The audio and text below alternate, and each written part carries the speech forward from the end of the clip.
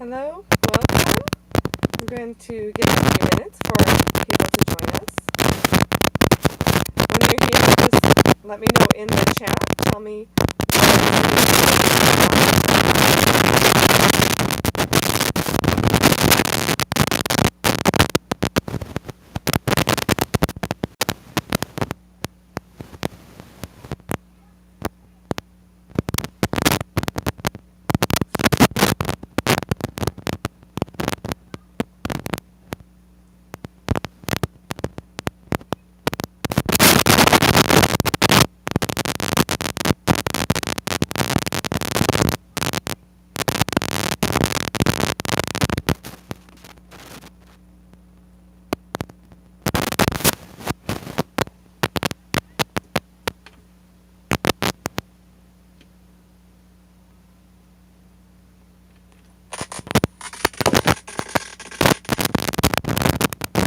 Okay, just checking the connection.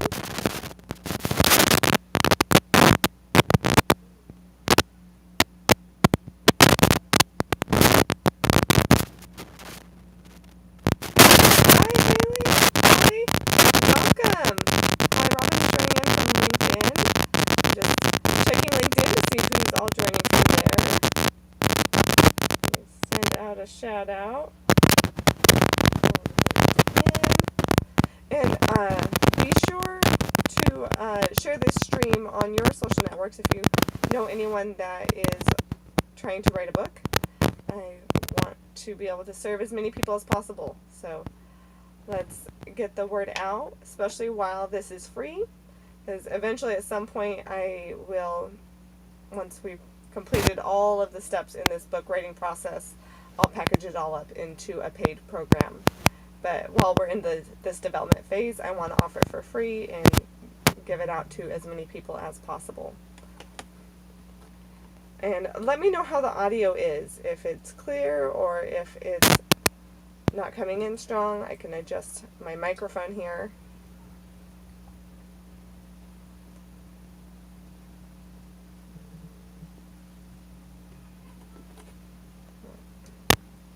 Get this microphone nice and close. Alright, Hallie says it sounds crackling on your side. Okay, I was doing a sound check earlier, and I know we have a little sound delay, so let me know if it starts improving.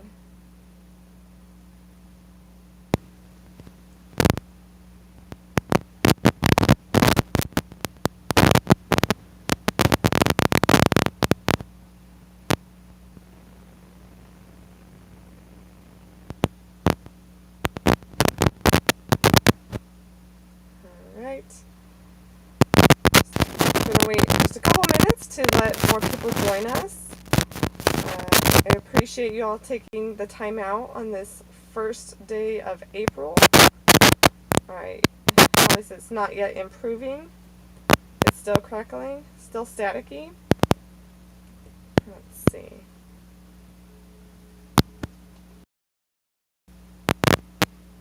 See if we can fix this. Technology.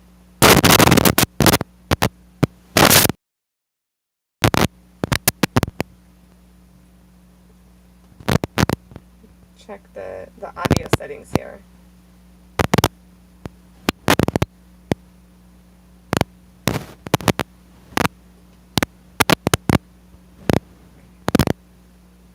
Let me close some of the extra programs on my computer, see if that improves anything.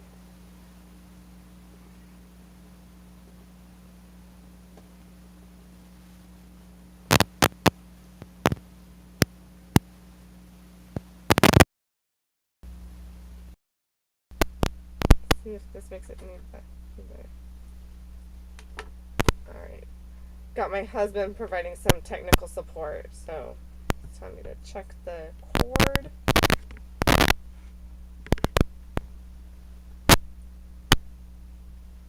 Alright. Let me know if that's starting to sound any better. Maybe this.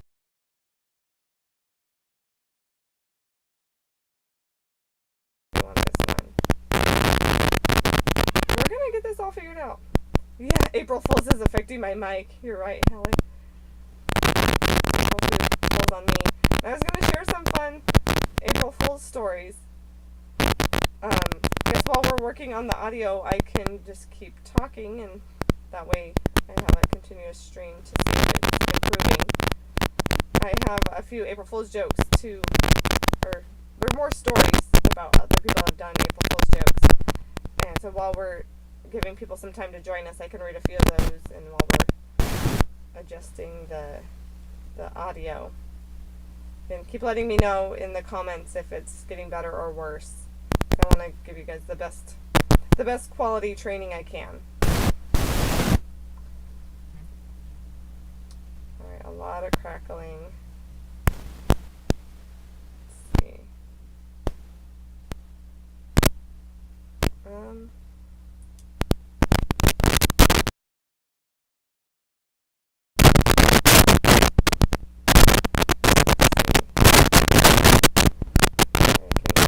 Alternate mic solution, maybe.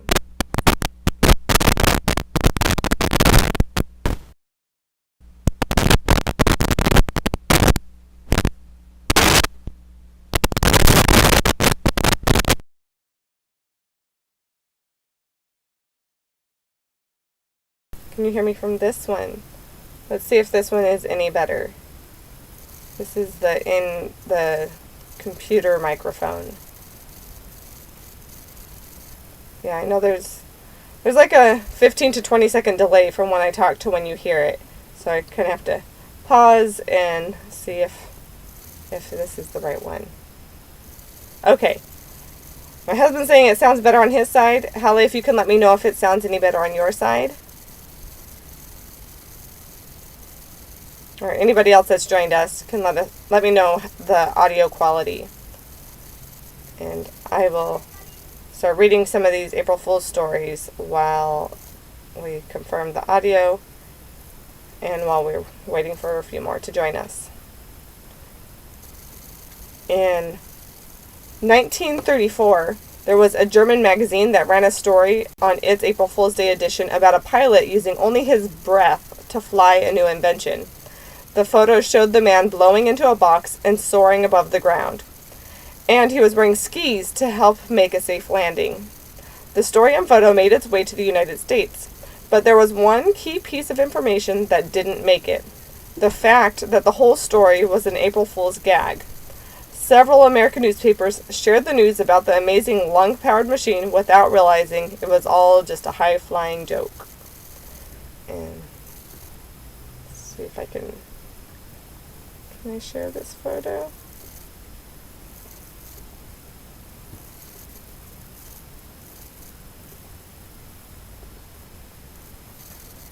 There's the photo.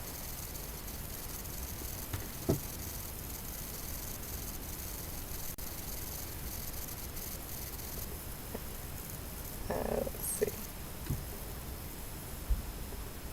There's the photo. The man blowing air into this contraption while standing on skis. Alright, let me stop sharing and check in. Alright, one more April Fool's joke and then we'll start diving into the training. This one says, "We all know that spaghetti doesn't grow on trees. That's what makes this April Fool's Day prank so epic. In 1957, a British news station aired a fake report that explained how spaghetti was being grown in Switzerland. The story showed farmers pulling the pasta off of so-called spaghetti trees and laying the long strands in the sun to dry. Many people watching the news were completely taken in by the report. They even called the station to get information on how they might buy their own spaghetti tree."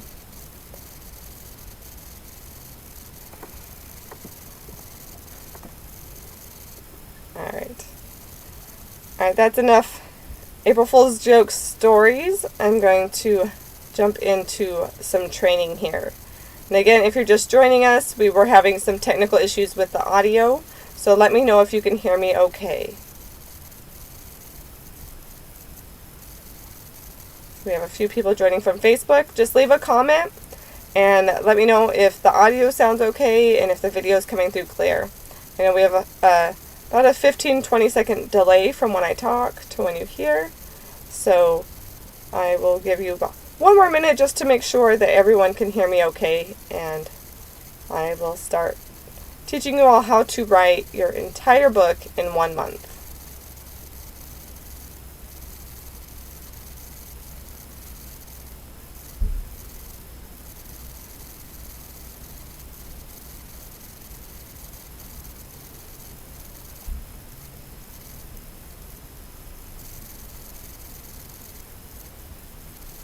Alright, it looks like we are good to go, so I'm going to share my presentation.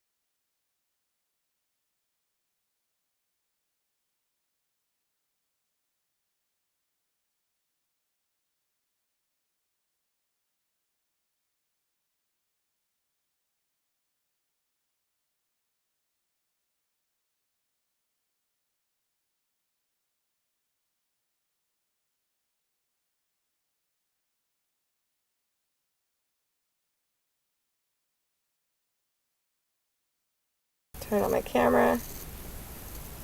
Let me know if you can hear me.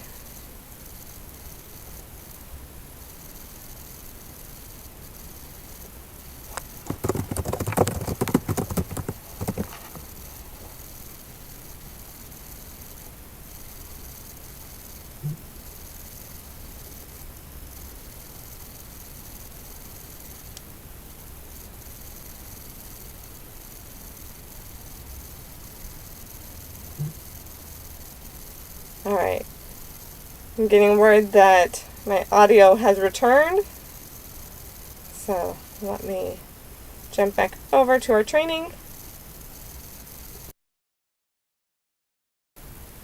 Alright, so I personally wrote my book in 1 month. I wrote 2 books in 1 month, or each book written in 1 month. The first one has been published, A Heart Without a Home. It has reached bestseller status multiple times. And my second book I also wrote in 1 month, but that book is still currently in editing. So this is doable. I've been there. I know the fear, the struggle, and I've learned a lot of really useful tips to help along the way. So let's dive right in. Now, this training is part of a much bigger training where last month I taught on how to plan out your book. I taught on how to do the research to find out if there's a market for your book, and then how to outline whether it's a traditional nonfiction book or if it's a memoir, and the replay of that training is available. You can catch it at my website, NicoleBarber.Thinkific.com, and it's available for free right now while I'm in the process of creating these trainings. In the future, it will be a paid program, and there will be affiliate options. So if you're here in this free training, let me know if you're interested in sharing this with people in the future, and I can have you sign up as an affiliate when the program goes live as a complete paid package. But for now, you can go to NicoleBarber.Thinkific.com, and you can get the last month's training, and that's also where the replay of this training will be found.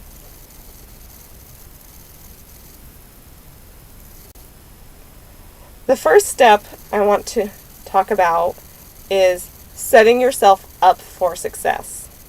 There are so many things that can hold you back when you're trying to write a book, especially writing an entire book in 1 month. So I'm going to dive into several of these lessons to help you be successful.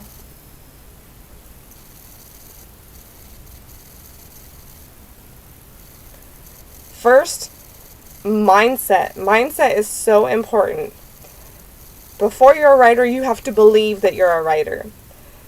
In the planning training, we talked about, why you're writing this book, who it's going to help, who it's going to serve, what problems are going to be solved. And that purpose is more important than your feelings, because our feelings change all the time. They're very unreliable. And while you're in this book writing process, you're going to be thinking, what if nobody likes my book? There are already so many books out there. Why should I write a book? What if I get bad reviews? Guess what? You will. Every author, even the best, most famous authors, get bad reviews. It's okay. Or, who are you to write a book? Who are you not to write a book? You have valuable information to share. Don't let that discourage you. And I know we often have the thought of, I'm just going to set myself up to fail. No, you are setting yourself up to win. You are setting yourself up to succeed. So start out believing that you are a writer, that you can do this. Don't let that negative self-talk bring you down. Believe in yourself first.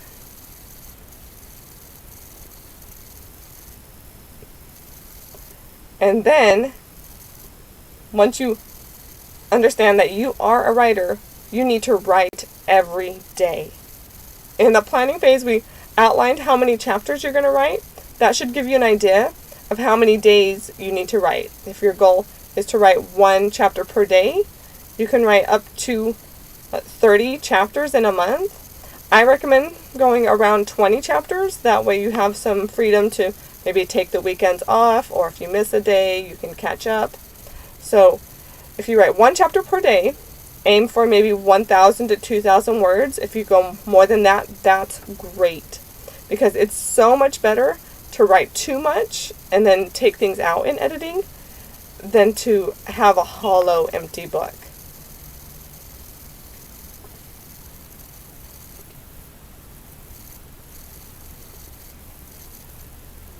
Next is use your outline. We do that work the month before we start writing. I tell you in the planning training to take an entire month just to plan out the details of what are the lessons you're going to teach, what stories are you going to include, what settings are taking place, all those details, so that when you sit down to write, you don't have to think about what am I going to write. You already know.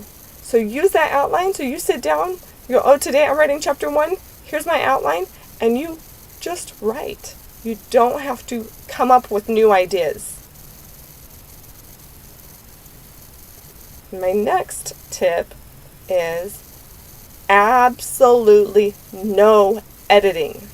We're going to dedicate an entire month to editing and formatting your book, but while you're writing, no editing. Editing is one of the biggest ways to fall into writer's block. Don't even reread any of the parts that you wrote.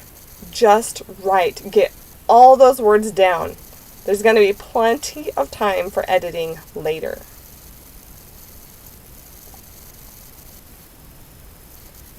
there's a quote by Barbara Kingsolver, and she says, this is in regard to writing a book. She goes, to begin, give yourself permission to write a bad book, and then revise until it's not a bad book.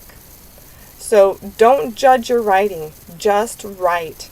Next month, we're going to revise, we're going to edit, we're going to clean it up. But get those words out onto the paper. Write, write, write. And it's very important to have dedicated writing space. And actually, I recommend spaces, more than one. So you may have a home office or a quiet, comfy chair. But have spaces that you can go to write. And by having multiple spaces, if you sit in one space and you can't think of what to write, physically move yourself to another space. Sometimes you just need that reset. For me, one of my favorite writing places is on the train. We have a local Metrolink train here, and I would get on it and I'd take 1 hour ride down to the beach, get back on the train, and 1 hour ride back. That was 2 hours of writing. And the words would just flow out of me in that environment. So try out different writing spaces and give yourself permission to change. But have planned out where you can write. And with that, while you have the dedicated writing spaces, give yourself permission to write in unconventional places. I'll go into it more later, but if you have the option to write on your phone, then when you're waiting for a doctor's appointment or different places where you have extra time, rather than playing a game or reading a book, you can work on writing your book. So have a dedicated space, but also have the flexibility to write in different spaces. And with that writing space, try to minimize your distractions. Of course, there's going to be life going on around us and things happening, but there are some distractions that we can minimize. For example, on your computer, if you easily get distracted with pulling up social media or something else while you're supposed to be writing, find some app that blocks it. There's one I've heard about called Freedom.to, where you can install it and you can set the permissions of what you want it to restrict for how long, and then you can focus. If you're writing on your phone, you can put it on some kind of do not disturb, or even maybe if you have a writing app on your phone that has offline access, you can turn it on your phone onto airplane mode. But something so that you're not getting calls and texts while you're writing. Minimize that distraction. And then make sure you bring yourself into community. Don't write alone. While your actual writing time may be the majority in solitude, there are great opportunities to join writing groups virtually and in person. So get connected. I will share with you a resource a little later on how to connect with a lot of virtual writing groups, and one that I have personally. And it is such a great community. You get inspiration. You are helped to focus by being in the presence of other writers.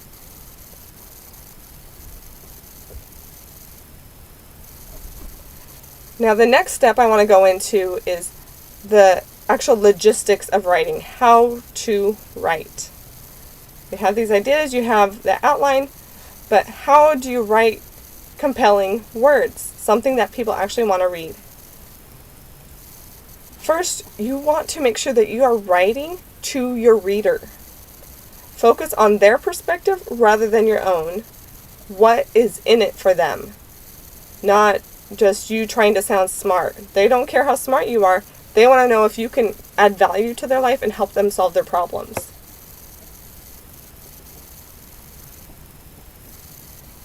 And develop your own writing voice. Don't just info dump. Don't just make a bunch of blank, empty phrases and empty statements. But envision yourself talking to somebody. Your book is solving a problem for people. Imagine you're sitting down with your friend and you're helping them through that problem. And write in that type of voice where you're interacting with a person. You want your writing to be personable.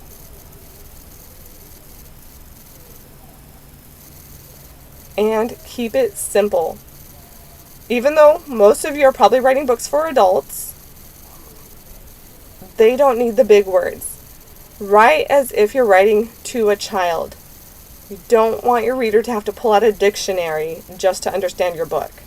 So avoid any jargon or things that the average reader isn't going to understand. And when we get into our editing phase, we can actually analyze the grade level of your writing and make sure to simplify things. So if you're struggling to figure out how to leave out jargon, you can use it for now and we can clean it up in editing. But do your best to keep it simple. Don't try to sound super smart. You are smart. You don't have anything to prove. And next this is such an important part of writing, is storytelling. And most people think storytelling belongs in fiction. But it is so important to have storytelling in your nonfiction book, to be giving examples, to show scenarios where the concepts you're teaching actually work in people's lives. So, especially giving examples that the reader can relate to.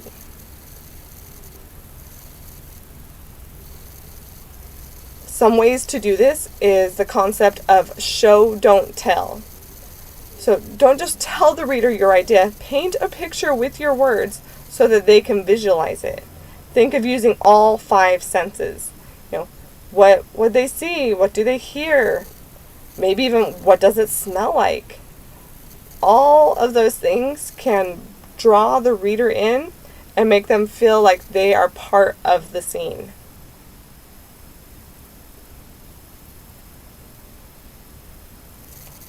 An author named Anton Chekhov says, "Don't tell me the moon is shining. Show me the glint of light on broken glass."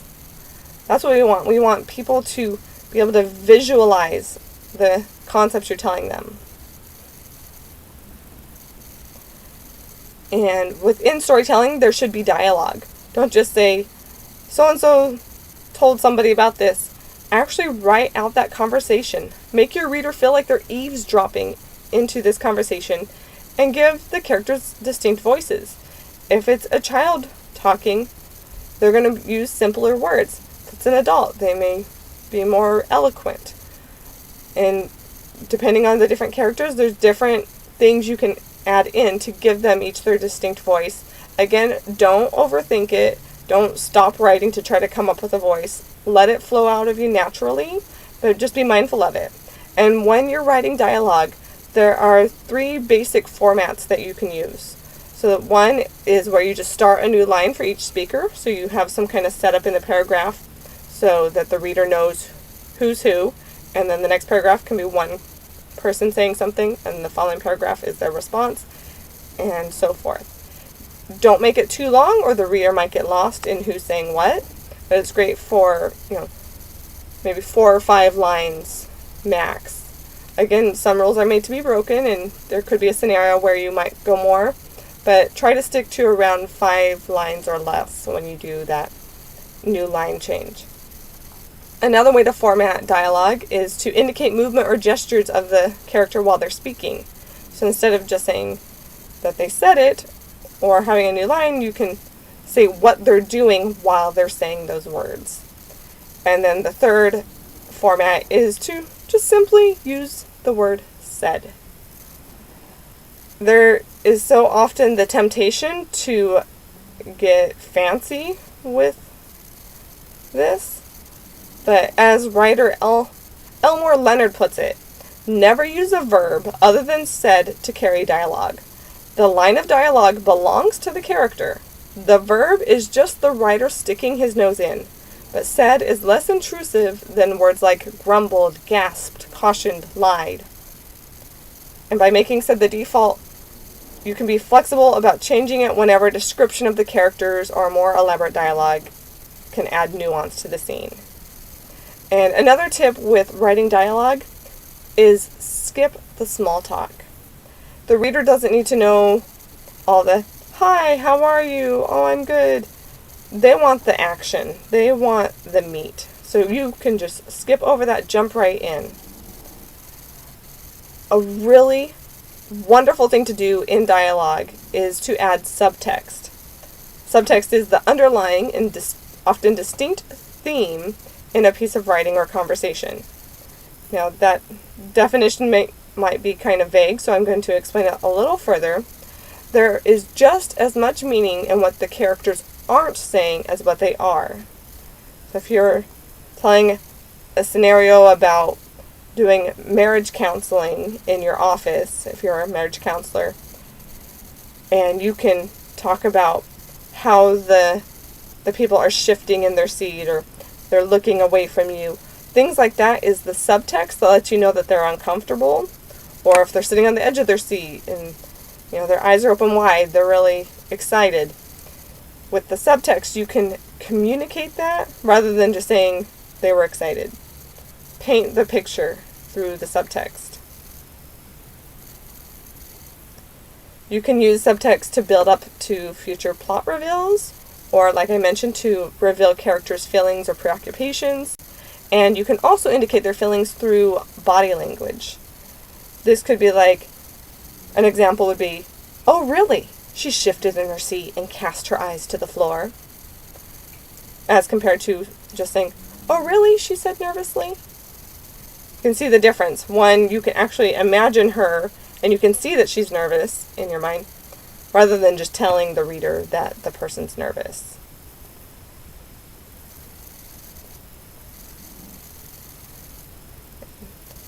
Next in your storytelling is to set up the setting.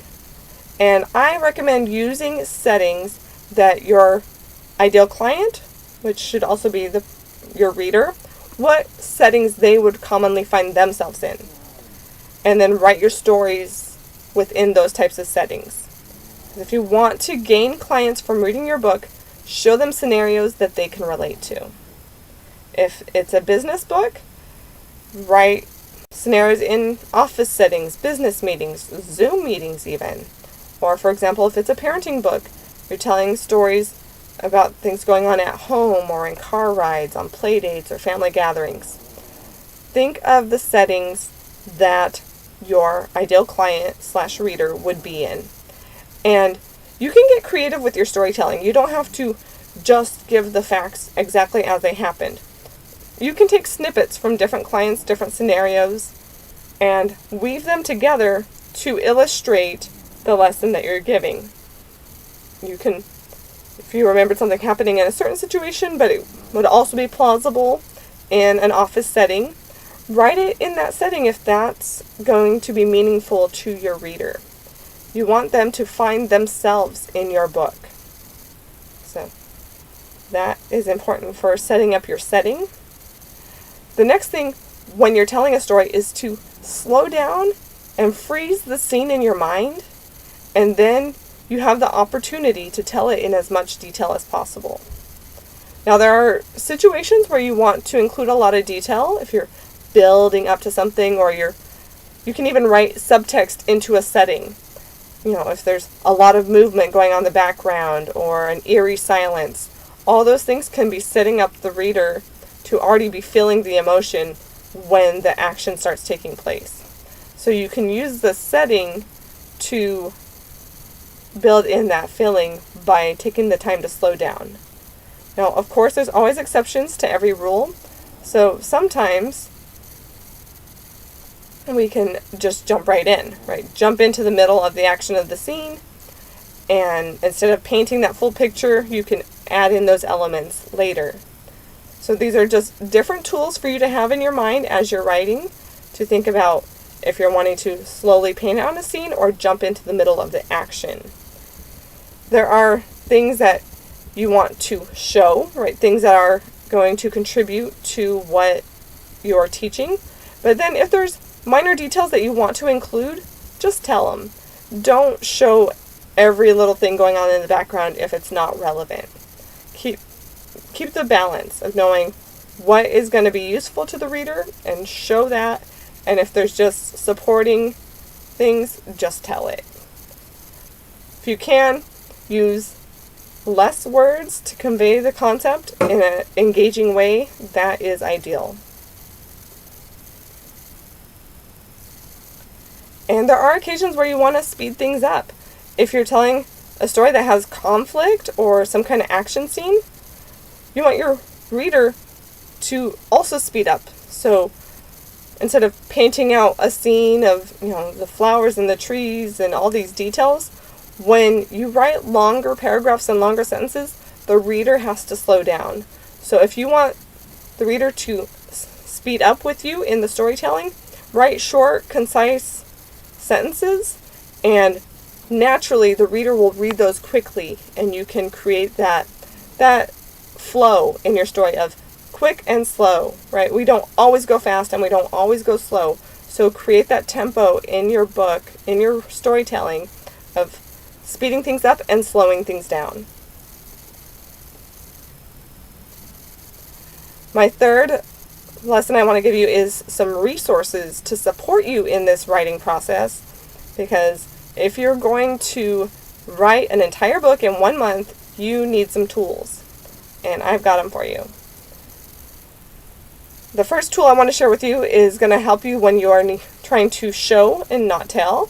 So when you're wanting to write in more detail than you're accustomed to, there's a great website called onestopforwriters.com/thesaurus, and they have created several thesauruses for things like emotions and settings and character flaws. They go into great detail of how you can present these things in visually intriguing ways. So definitely check that out. There's a lot of free resources on there, and there are some paid ones. They have some books that you can buy that are really useful. So that is onestopforwriters.com/thesaurus. The next tool I want to share with you is what's called NaNoWriMo. That stands for National Novel Writing Month. Now, the official NaNoWriMo is in November. Every year in November, people all over the world work on writing a novel in 1 month.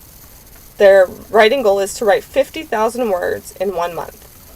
Now, NaNoWriMo wanted to expand and give people more opportunity to write throughout the year, so they have events in April and July as well called Camp NaNoWriMo, which is where, again, people all over the world are working on their books. So there's online writing communities where you can join into virtual write-ins. There's forums that you can join. Sometimes there's in-person writing groups that you can connect with and write with other writers at a restaurant or different places. But it's a really wonderful resource, and I have a writing group within NaNoWriMo. So if you join NaNoWriMo, send me a message, let me know your username, and I will add you to my writing group. It is completely free, it's a nonprofit, and they just aim to help writers to write their books.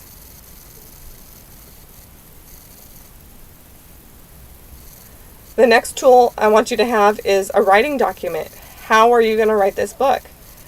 I recommend having something that's online, so like Google Docs or Microsoft Office 365.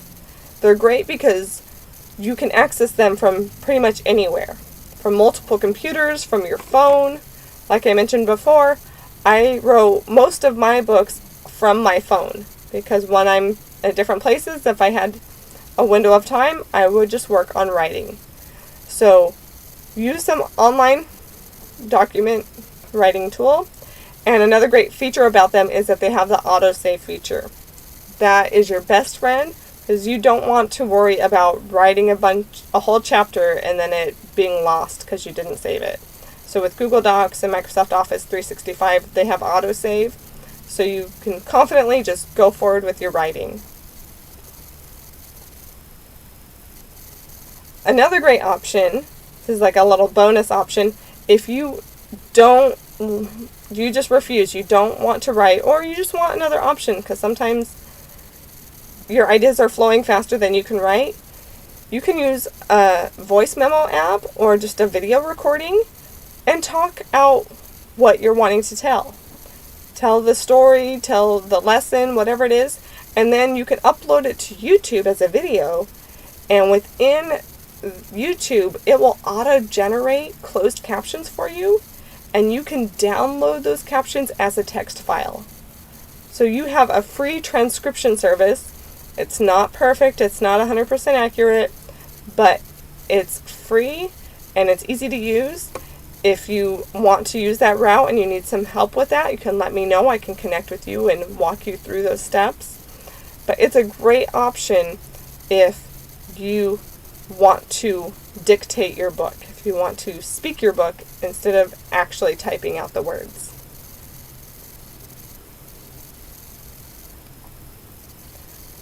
And as I've mentioned, another great tool to have is this online course that we're building here. So the replay of this training will be converted into an online course that will go along with the planning lessons that we did last month, and all the future lessons coming up over the next few months will all be on this platform, NicoleBarber.Thinkific.com. If you join in it now, while it's free, you can access all of the lessons for free and have the option to become an affiliate when the course goes live as a paid package. So go ahead and join that so that you have the option to become that affiliate and you get all the lessons for free.